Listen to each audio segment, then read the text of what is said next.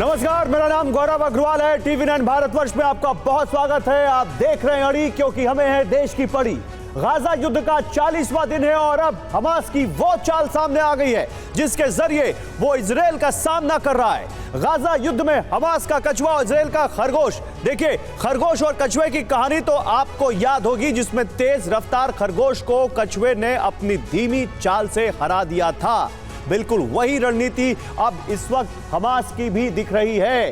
क्या है वो रणनीति, आपको बताते हैं। हमास क्या करना चाहता है? दरअसल हमास, जिस तरह से आप ये सामने देख रहे हैं, एक तरफ खरगोश एक तरफ कछुआ, हमास कछुए की रणनीति पर आगे बढ़ रहा है। इजराइल खरगोश की तरह बहुत तेजी से खात्मा कर देना चाहता है हमास का। लेकिन ये जो विजय रेखा है, ये जो विजय रेखा आप बीच में देख रहे हैं, इस विजय रेखा पर कौन पहुंचेगा?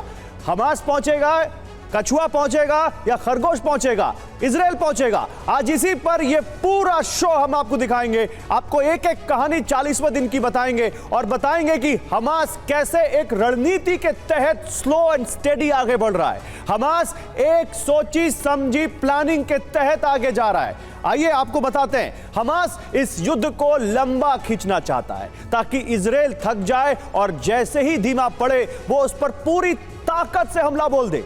हमास की कछुआ चाल यह है कि इजराइल से युद्ध लंबा खींचे ताकि इजराइल का खर्चा ज्यादा से ज्यादा हो, इजराइल की सेना थक जाए, इजराइल युद्ध में व्यस्त रहा तो उसका विकास रुक जाए, बिना बम मारे इजराइल का ज्यादा से ज्यादा नुकसान हो, फिलिस्तीन का मुद्दा पूरी दुनिया की सुर्खियों में रहे। युद्ध लंबा खींचे रहने से इजराइल पर नैतिक दबाव बढ़ेगा और ऐसी स्थिति में पूरी दुनिया में हमास के लिए हमदर्दी बढ़ती रहे। लेकिन क्या इजराइल ऐसा होने देगा? क्या इजराइल खरगोश वाली वही गलती दोहराएगा या इस बार अपनी रफ्तार से हमास को कुचल देगा? यही है इस वक्त की सबसे बड़ी स्टोरी, यही है इस वक्त का सबसे बड़ा सवाल। हमास की कछुआ चाल क्या कामयाब होगी? हमास की कछुआ चाल के बीच इजराइल के रक्षा मंत्री ने भी कुछ ऐसा कहा है जो इजराइल के इरादे और उनकी ताकत बताता है। इजराइल के रक्षा मंत्री योव गैलेंट ने कहा है कि हम इस जंग के दूसरे स्टेज में हैं। 2 दिन पहले इजराइल के विदेश मंत्री ने कहा था, हमारे पास युद्ध के लिए सिर्फ 14 दिन बचे हैं। इजराइल की इसी नीति को ध्यान में रखकर कहीं हमास ऐसा तो नहीं कर रहा है। एक तरफ विदेश मंत्री कह रहे हैं हमारे पास केवल 14 दिन है, हमें 14 दिन में ही सब कुछ कर लेना है, और एक तरफ रक्षा मंत्री कह रहे हैं कि नहीं जी, हम तो स्टेज बाय स्टेज चल रहे हैं, हम अभी दूसरी स्टेज में आ चुके हैं। अब क्योंकि ये युद्ध अगली स्टेज में जब पहुंचेगा तो क्या होगा वो देखना होगा। और इसी बीच जब हम आपके सामने ये तमाम थ्योरीज रख रहे हैं, ये बड़ी खबरें रख रहे हैं, जो तस्वीरें आ रही हैं वो देखना मत भूलिए। हमास और इजराइल के बीच हथगोलों की लड़ाई आपको दिखाते हैं। ये लड़ाई बहुत ज्यादा, आपको यहां 7 अक्टूबर को जो हुआ उसकी पूरी पिक्चर आपके सामने रख देगी।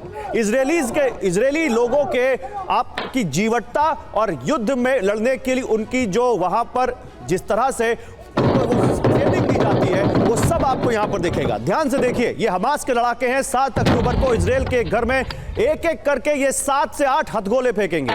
ये देखिए, दूसरा हथगोला फेंका और अंदर से बार बार वो हथगोला बाहर आ जा रहा है, बाहर फेंक दिया जा रहा है, अपने आप नहीं आ रहा है। अंदर जो शख्स बैठा है या बैठी है वो उस हथगोले को बार बार बाहर फेंक दे रहा है। ये इजराइल के लोगों की जंग लड़ने की और हर समय टॉप पर रहने की ट्रेनिंग का नतीजा है। ये तीसरा हथगोला है। ये चौथा हथगोला देखिए, फिर फेंका इस शख्स ने, चौथा हथगोला फेंका, फिर ये हथगोला बाहर आ गया। ये देखिए, ये बाहर आकर दखता है, फिर 5वां हथगोला अंदर फेंकने के बाद ये फायरिंग भी करते हैं। वहां पर ये फायरिंग करते हैं कि कोई वहां से हथगोले को उठा ना पाए। ये देखिए, 6ठा हथगोला फेंका इन्होंने अंदर, लेकिन ये हथगोले बाहर आ जाएंगे। ये एक बार फिर हथगोला बाहर फेंक दिया गया अंदर से और ये बाहर फट रहे। ये है इजराइल के लोग जो 7 अक्टूबर को झेल रहे थे उसकी कहानी। ये है इजराइल के लोगों की वीरता। ये है इजराइल जिस तरह से हमास के हमलों को झेल रहा था और जिस तरह से उनको ट्रेनिंग दी जाती है किसी भी वक्त जंग लड़ने के लिए तैयार रहने के लिए। ये फायरिंग भी कर रहे हैं इस पर। ये बहुत अहम वीडियो है, बहुत बड़ा वीडियो है। मेरे साथ इस पर बात करने के लिए जनरल मेस्टन है और कर्नल राठौर हैं। आप दोनों का बहुत स्वागत है। जनरल मेस्टन, आपसे अच्छा और कौन बता सकता है कि ये क्या हो रहा है सर?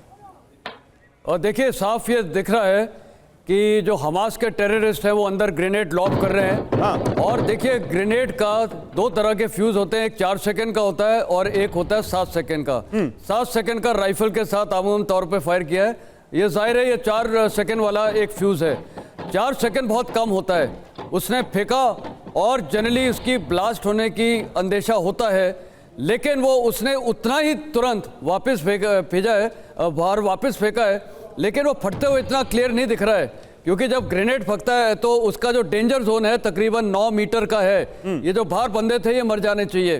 तो हो सकता है, अब ये पता नहीं, ग्रेनेड का जो धमाके की आवाज भी होती है वो काफी सॉलिड होती है, लेकिन जब बाहर आके वो फट रहा है और एक्चुअली जब वो आ रहा है तो ग्राउंड पे भी नहीं गिरेगा, एयर बस्ट हो जाएगा, क्योंकि 4 सेकंड तो बहुत कम समय होता है। तो एक्चुअली जब वो फेंक रहा है तो हवा में होगा और एयर बस्ट होना चाहिए बाहर। नहीं, लेकिन क्या ऐसा कुछ हो सकता है कर्नल राठौर की ये ग्रेनेड कुछ मॉडिफाइड हो? क्योंकि ऐसा जो आप कह रहे हैं, हमको वो वीडियो में दिख रहा है कि जो चीज अंदर फेंकी गई वही बाहर आके गिरी और फट रही है। हाँ, उसकी इंटेंसिटी उस लेवल की नहीं है जैसे जनरल मिस्टर बता रहे हैं। देखिए, ये ग्रेनेड जो हमें भी ये सिखाया जाता है कि अगर ग्रेनेड आपके बंकर में कोई लॉब कर दे तो आपने उसको उठा के वापस फेंक देना है। हाँ। और उस समय कोई चॉइस भी नहीं होती गौरव, अगर आप नहीं फेंकेंगे तो ग्रेनेड आपके ऊपर फट जाएगा। हाँ। लेकिन उतने ज़्यादा अच्छे रिफ्लेक्सेस और ट्रेनिंग जिस तरीके के अंदर महिला या पुरुष जो भी बैठा हुआ है, हाँ। वो उसके रिफ्लेक्सेस देख के मैं हैरान हूँ। बार बार ग्रेनेड फेंका जा रहा है और उसी चाल से वो सर, बाहर फेंक देता है। 7 ग्रेनेड बाहर आ गए सर, और वो भी फायरिंग कर रहे हैं AK-47 से। वो AK-47 से फायरिंग कर रहे हैं कि वो ग्रेनेड ना उठा पाए। किया है उसकी ट्रेनिंग को मैं दाद देता हूँ। मतलब अगर ये इजराइल के सिविलियंस हैं, अगर ये इजराइल के नागरिक हैं, तो जाहिर सी बात है वाकई उनको बड़ी ट्रेनिंग दी गई है। ये 15 मिनट में हथगोलों पर 8 हथगोलों पर विजय की कहानी है। ये वीडियो मैं आपको आगे भी दिखाता रहूंगा लूप में, लेकिन देखिए